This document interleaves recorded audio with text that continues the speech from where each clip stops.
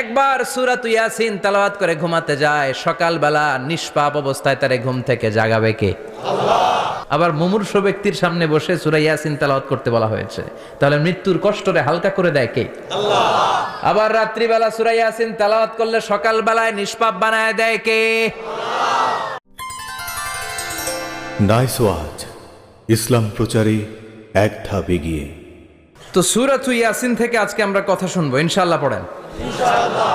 এই সূরার অনেক ফজিলত, ছোটবেলা থেকেই সূরা ইয়াসিনের অনেক ফজিলতের কথা আমরা শুনেছি না? বিশ্বনবী বলেছেন, ইন্না লিকুল্লি শাইইন কলবান ওয়া কলবুল কোরআনি সূরাতু ইয়াসিন।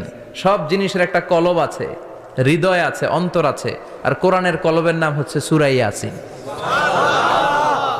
বিশ্বনবী বললেন, ইন্না লিকুল্লি শাইইন কলবান, সব জিনিসের একটা কলব আছে, ওয়া ইন্না কলবাল কোরআনি সূরাতু ইয়াসিন, আর